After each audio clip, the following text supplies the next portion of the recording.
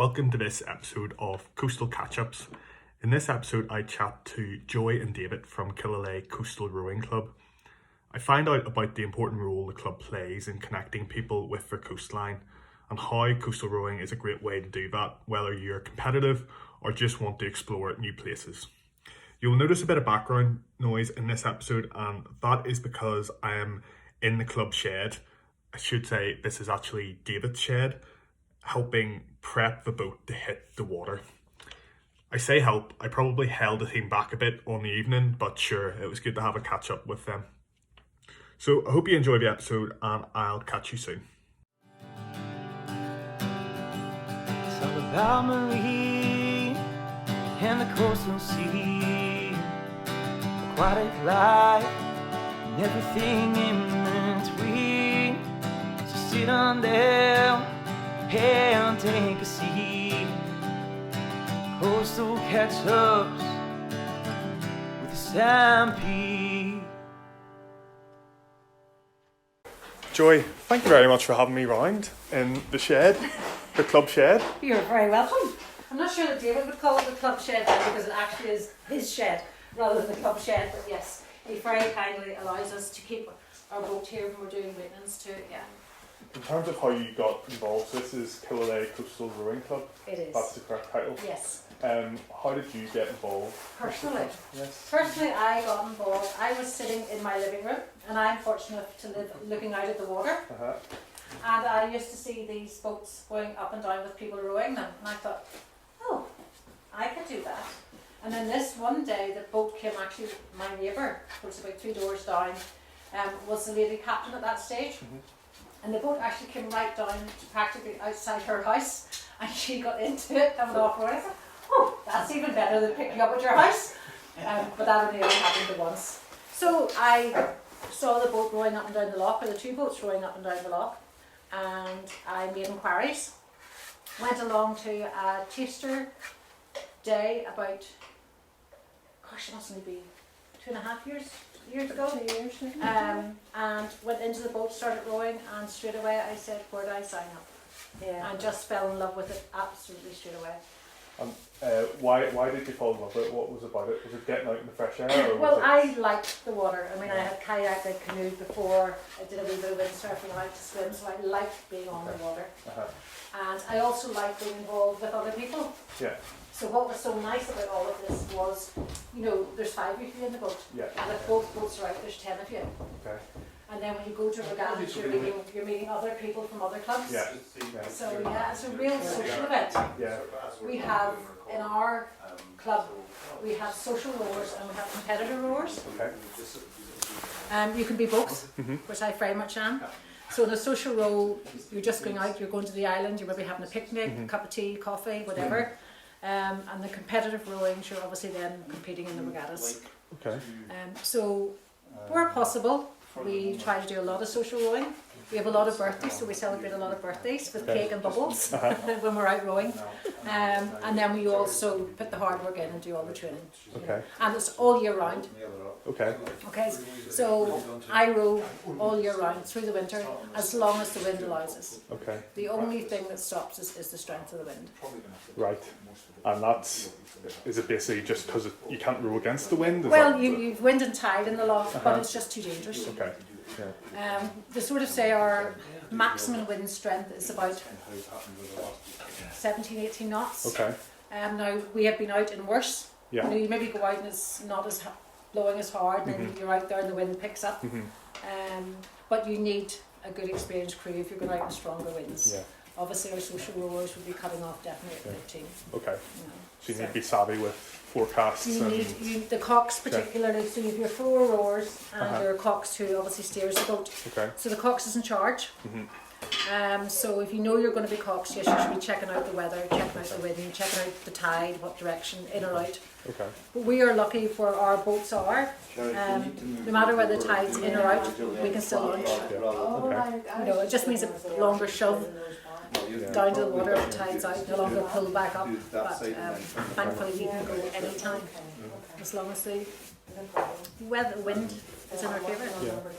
So the cox and the crew can rotate then. It's not. Yes, it's if 'cause- they're yeah, is it the rowing boats and you see in Cambridge and stuff?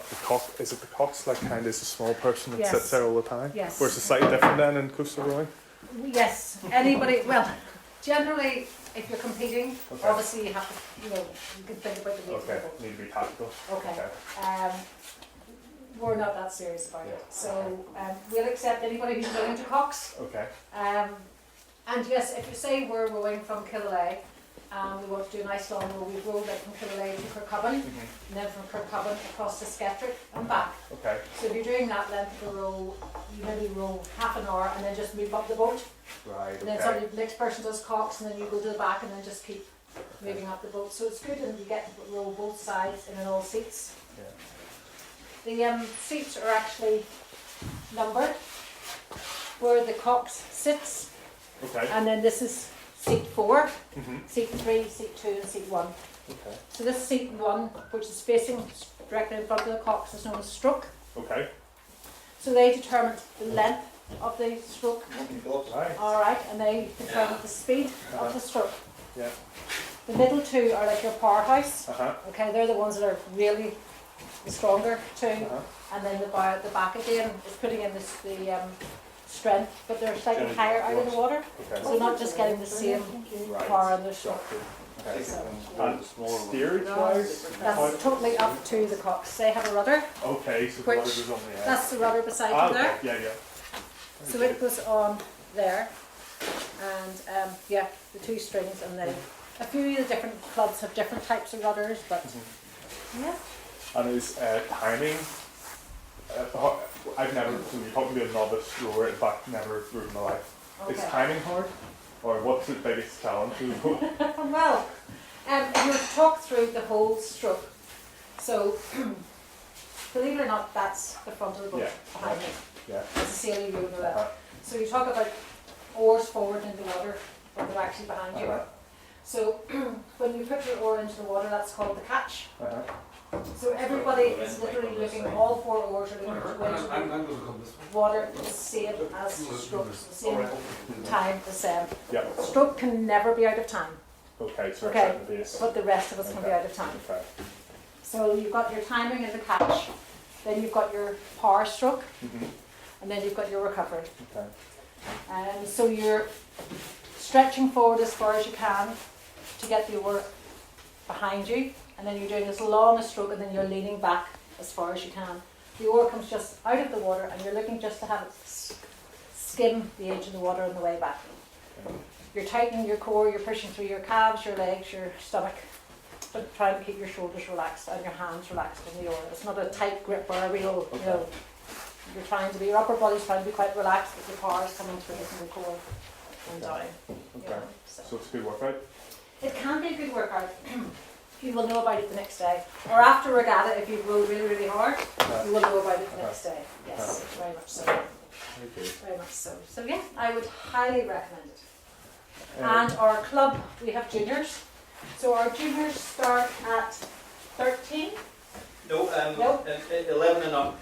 Okay, younger, 11 and up. And our oldest member is probably 76, 77.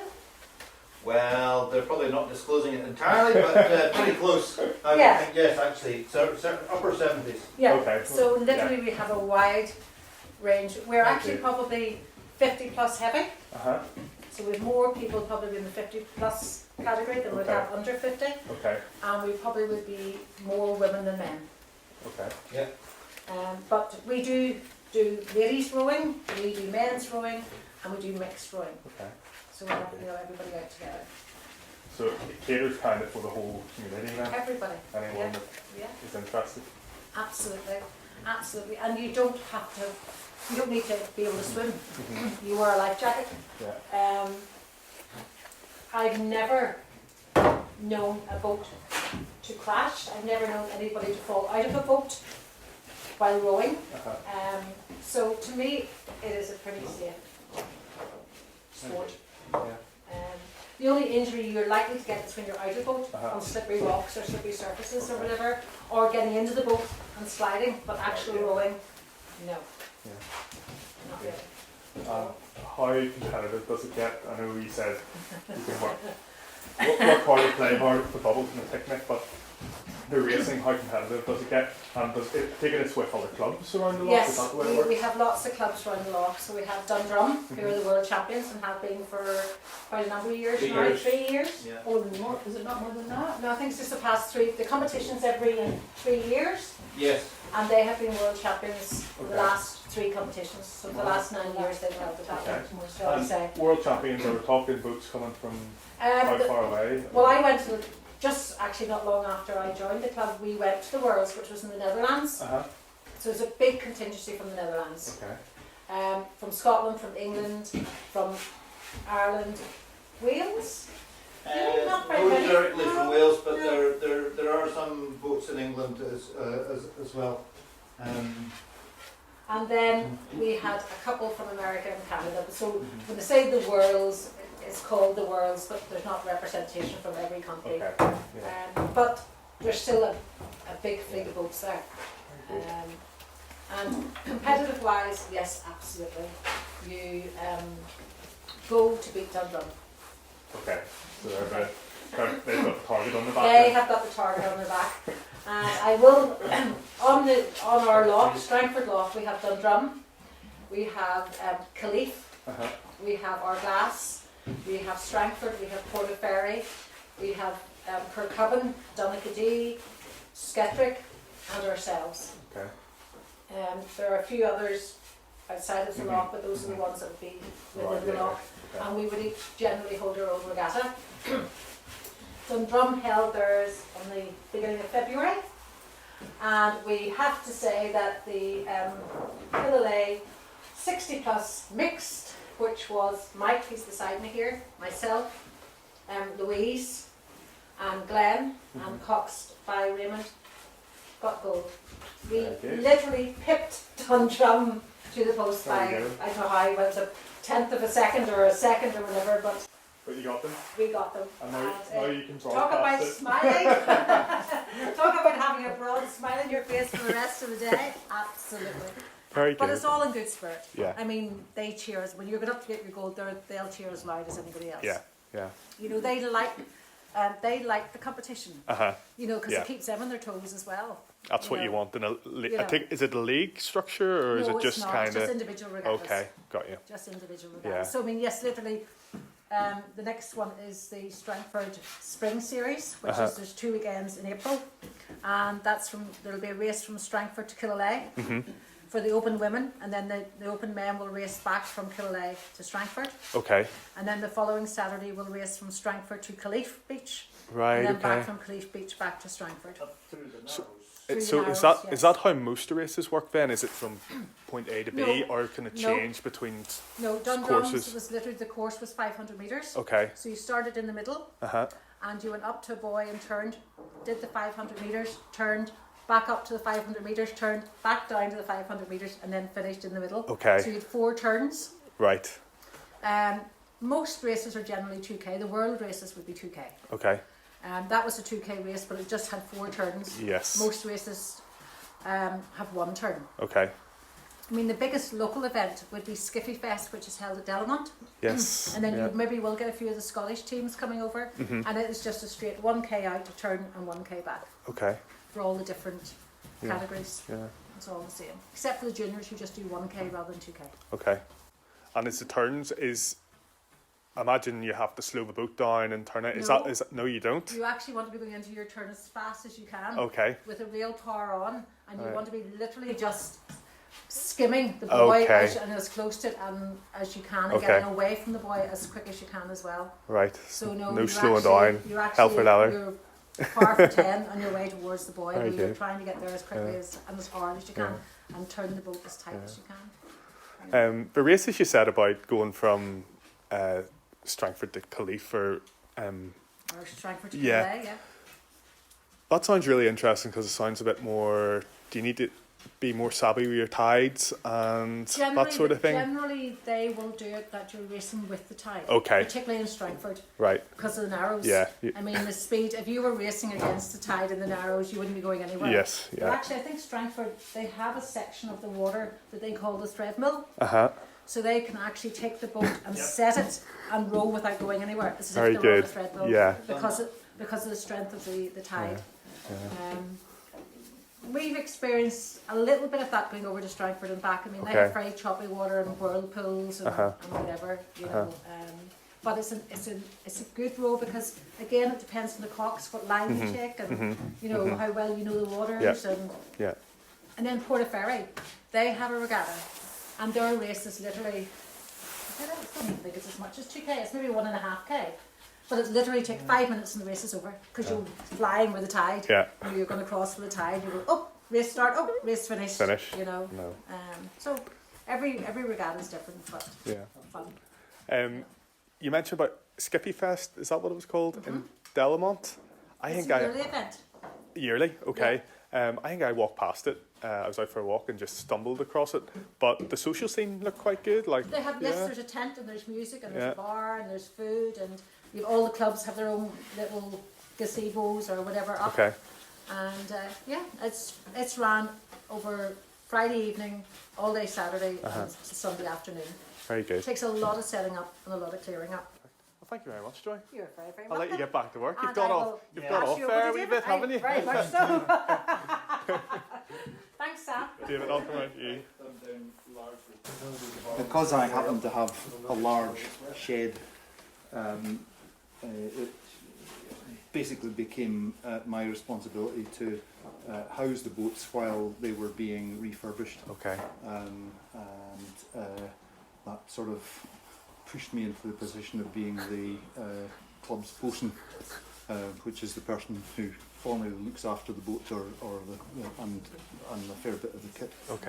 And how long have you been doing that for, David? Well, pretty well since the start of the club. Once the boats were launched, we needed a place to keep the boats because we don't formally have a clubhouse yet. But it's something we've been working on for the last few years. If I go back, as Joy was saying, this whole project was originally initiated by an organisation called Strangford Lough and Lacheel Partnership, and I think before my time that the first World Championships for the St Iles skiff, which is a boat that was designed in Scotland, happened in 2013 in Ullapool. And I believe one or two people from the Strangford Lough and Lacheel Partnership were over there and made connections and saw that there was a really interesting possibility here for bringing St Iles skiffs to Strangford Lough and trying to encourage more people, more communities to really get back on the water. Because a lot of people did live around the water but didn't actually have very much connection with it. So the project came about through some money, I think, from a rural development funding, but also interestingly, the PSNI gave £20,000 towards purchase of, I think it was 9 boat kits. And the boat kits were basically marked out marine ply sheets that came in a box or on a forklift truck. And people who worked for the partnership went round the various villages around the loch and said, look, there's an opportunity here for you to get involved in this. And in fact, our now just recently chair who's just stepped down, Anne Fee, said that she was approached by a starter who basically said, we've got these kits, you've got 48 hours to decide if you want to be part of this. There's a couple of people involved already, do you want to do it? Well, fait accompli or threat, whatever. But it's not unusual that things happen in that way. So Anne's an extremely active person within the community. At that point, was also a part-time local librarian and knew lots and lots of things that were going on in the community and other people. So she gathered the group together. And the first thing we had to do was basically work out building a boat. That's actually what's really crucial, I think, about St Iles skiffs. The point is that from the beginning you don't have a boat. Okay. You actually are given sheets of wood Yes. and a design. Okay. Okay, the thing's cut out saying, over to you guys and girls, get on with building it. Yeah. And we were given a very limited timescale in which to do this. The kits arrived, I think, in March or possibly April in 2014. And it was already planned that we would have a challenge race in October in the Narrows, right? So basically, folk had 6 months in which to get to grips with building a boat. Now, the good thing about these boats is that it doesn't require an experienced boat builder to do it. Okay. One or two of the clubs did have, because there was obviously boat building knowledge around here, and one or two of the clubs did have people who had built boats before them. And in particular, I think Strangford had one or two people who'd done that, and it's no surprise that actually Strangford came out with an absolutely beautiful version of the boat, Okay. not painted but varnished. Okay. A year or two, maybe that year, no, it would have been the year after, I think, we were competing in what's the biggest and really very exciting race down in Cork. They won the prize for the most beautiful boat out of the hundreds of boats that were actually there. Just mentioning that, what I'm talking about is what's called the Ocean to City race that happens in Cork on an annual basis.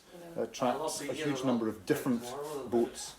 There's a very main race, it's a very long race, it's 27 kilometres, 15 nautical miles, takes between 2.5 and 3 hours of solid rowing to race.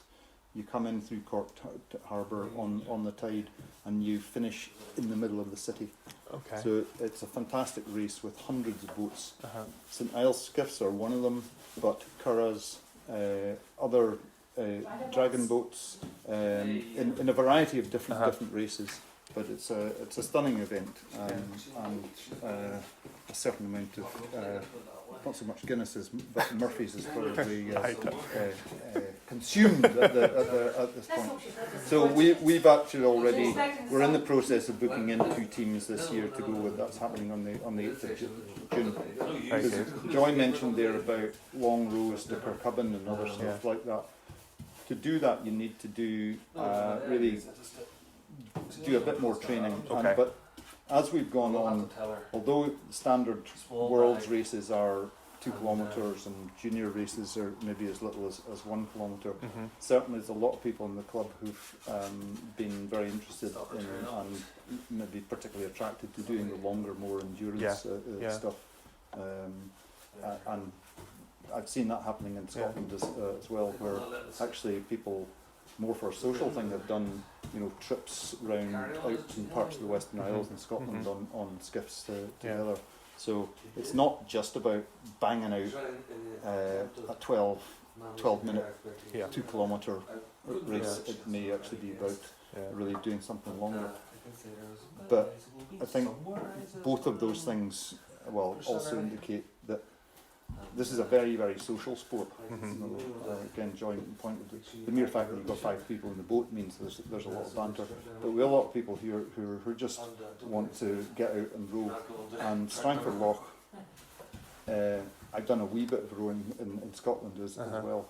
But boy, we have the best. We have the best place for doing this because you can get to places. Yes. You can go out to the islands for a picnic, but you can also go to some really challenging and interesting and unusual water, particularly in the Narrows. So and the project has been incredibly successful because by providing so many boat kits to different communities around the loch, it automatically created a buzz and opportunities for competition, socialising, etc. And I think it's no surprise that Dundrum surprised the Scots when they came over and became world champions, because we actually have a lot more opportunity for pleasant competition here. than even the Scottish boats are. They're more disparate. Some of the Scottish boats are rowing on inland lochs as well as coastally. So everything comes together here, and it was just a fantastic idea, a fantastic thing that the Strangford Lough and the Kill Partnership folk identified as a thing. Sport NI 2 or 3 years ago actually followed our project with some very significant research that they did, looking at just how many people had been animated and at what level. And if I remember correctly, one of the things that they did was ask people about what their health levels or fitness levels were, and they were measuring them specifically against set World Health Organization levels. And overall, people reported after a season or two rowing that they had, basically something like either their levels had gone up 44%, or the level of participation. I feel like 44% was a very significant jump in that sense. And I think there was, at that period, well over 1,000. I think the figure was something like 1,200 or maybe even 1,400 people had become actively involved in rowing through their clubs, through all that. Purely through this project, and also most importantly, if you look at the demographics of the clubs, one of the things that Mike McClure, who was the person within Sport NI who was looking after water sports particularly, was making the point, and it was very clear within our clubs as well, that the participation, Joyce said we were maybe 50s heavy, over 50s heavy, but participation within water sports, and particularly these clubs, ranges from, okay, we have a lower limit of 11, but people into their 70s and 80s, it's right across the board, which is very different from many of the ball sports, which tend to be more male orientated and tend to be people between 12 and 25, and then they kind of die off the sport. Water sports and rowing like that, the profile's very, very different in terms of contributions to health and well-being, across the generations, and fun. It's just great. I think it's great to have a sport like that where it provides consistency. You were saying about ball sports and stuff. I've just stopped playing rugby, and although I'd like to think it's it was my routine for years and years, whereas I have, for example, sailing, whereas it's consistent, and I know I'll keep doing that, and I think it's so important for people to have that. Some people could say it's a load of balls, but ball sports do seem to have those points. Maybe not really.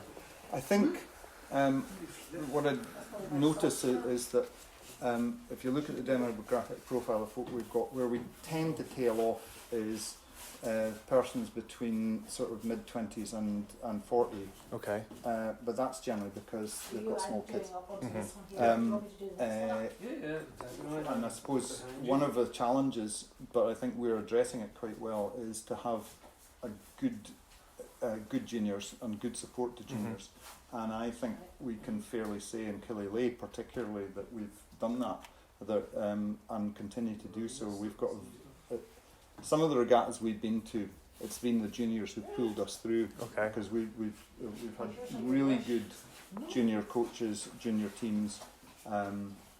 Obviously, what tends to happen at times is that juniors, once they hit 18, 20, they're going to go off to further education, university, whatever like that. And there's a wee bit of a question: are they going to come back? But we've built that in, and I think we are, as far as possible, I think, creating a sustainability for the sport. And on the other end of it, this sport, for many people, myself included, started in my 60s, well, late 50s, 60s. I'm very pleased but the fact that one of our rowing classes, which doesn't happen at every event, but quite often, there isn't just an over 50s and an over 60s boat, but there's a boat, usually a class, in which the ages of the 4 rowing crew have to add up to over 280. Wow. Okay. Right, so you're looking at an average of at least 70. I don't think you'll find a lot of the other sports or team sports like that actually have that built in. So it's really good. And again, it's a brilliant aerobic sport. Even if you're not, people tend to think aerobics is often about running or something like that. But it's not a sport in which you get hurt, as Joy was saying. But it's hugely good for breathing, and all that kind of stuff, and just getting the air and blood and everything else through your relevant muscles. So it's great. So what are the plans for the future of Killyleagh Coastal Rowing Club then? Is there more boats on the horizon, do you think, or it's two enough for the time being? At the moment, well, I mean, interestingly, we have 2 boats, and we have currently, Joy, it's about 75 members, isn't it? Yep. And again, the ratio tends to be, it's more women than men. Sort of, at times it's been almost 2/3 women, I think, actually. I think it's hard for me to predict exactly, but we're often talking about more boats. But actually, 2 boats, given that we use these boats really heavily, I was surprised that when we started that very quickly we moved to rowing right through the winter, because the traditional sailing season is March, if you're lucky, April maybe through to September, October. Then people take the boats out of the water and they don't do anything other than scrub them and paint them, whatever. So it's the sailing season is very, very short. And if you look at how people use their boats, with luck, they're out on a Tuesday or Wednesday night to do a race and maybe a wee bit of something at the weekend. They're only mucking about with their boat twice. These boats are used regularly at the weekend with 3 crews on Saturdays, on Sundays, and during the week as well. So it's been quite normal for us to have these boats out at least 10 times in the week. And that's the 2 boats. So that's 5 people in a boat each time. Do the maths. It's there's a lot of people in these boats. I think realistically, the issues for us are if we get further boats, if we need them, we also need places to store them. And we have for really a number of years now been trying to identify. We do have a compound in where we store the boats, but they're outside in the open air. We've been aiming, and we even have planning permission at the moment for putting boats, housing them in a couple of containers, along with plans to join up with the Belfast Kayak Club, who also want to be located on one of the canoe trail entrances here down at the Netwalk in Killyleagh. The problem has been funding, or the timing of funding, but we're still on that track with yet another application to do that. I think we're very pleased to hear that Dundrum, for example, have recently got a grant of £30,000 from their own development association to build a really decent big shed in Dundrum, and some other places have access to other facilities. So it's a bit chicken and egg actually. Because additionally we're also talking about, as a club, do we need an additional safety boat, that kind of thing, because every time you have a regatta you need, well, we end up borrowing safety boats or basically depending on the goodwill of others to produce those. There's an organisation based in Bangor, which I'm also a member of, called Safer Waters, which actually only started up a few years ago, recognising that there was such an increasing demand for safety boats, for not just regattas like this, but for big canoeing events, for wild water swimming events, which has exploded over the last few years as well. So we would have a good working relationship with them, and also a number of us in the club are actually also members of Safer Waters. And that's another skill, I feel like, that some of us are developing. I never sat in a powerboat until last year, but we see we need those skills. So it's another part of the value of actually being in an organisation like this. So once you're in, if you like, you see there's another set of things that maybe need to be done, and in some cases for some people that means another boat or like this, or it may even, there's a lot of talk in the club at times also about maybe getting another type of boat as well, and a number of us have managed to be at competitions where we've been able to try those out and see what the differences are. So it's ongoing. I suppose if you say the interest and enthusiasm is something that's always going to, if you like, that's a key driver of the sustainability of the club as well. But as to where we are in 5 years or whatever, we'll see. That's up to all the people that are involved. Yeah. Thank you very much, dear. Okay. It's good to hear about the club and how it's connecting people to the water, and wish you all the best for all the rest of the rowing you're doing this year. And I know you're saying, I was going to say upcoming season, but I don't need to say that if you're rowing all the time. So, the regattas are generally February to September. That's it. That's correct. If you like, and Dundrum started off with this race that they called the Icebreaker, because they actually deliberately had it. I think the first one was the day after Boxing Day. Okay. God, it was cold. And they tried to do it, keep it very much in that. Inevitably, what happens is that, October onwards, it really starts to get difficult to row because the weather is so variable. And in fact, this year has been really shocking actually for the amount of cancellations we've had to do. Whether that's to do with climate change or just we're unlucky, all that kind of stuff. I don't know. Hopefully this year will be better. But the Dundrum one last year had to be cancelled after the couple of races. And so this year, I think, partly learning from that, they tried to do it in January. They moved it to the middle of February with a chance of getting slightly better weather. Okay. Yeah. Thank you so much, guys, for letting me into your shed. I'm glad you've been able to do some work while I've been pestering you.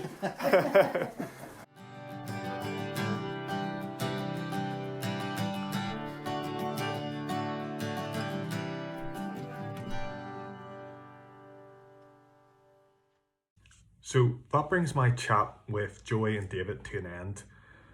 During the evening, I got the sense that this club brings together all ages of the community and brings them together with other people and ultimately closer to their coastline. If you'd like to find out more about joining the club, you can message them on Facebook at Killyleagh Coastal Rowing Club, or perhaps this has inspired you to check out a club closer to where you are at the minute. But anyway, I want to thank Joey, David and the rest of the members at the club for having me, and I wish them all the best for the future.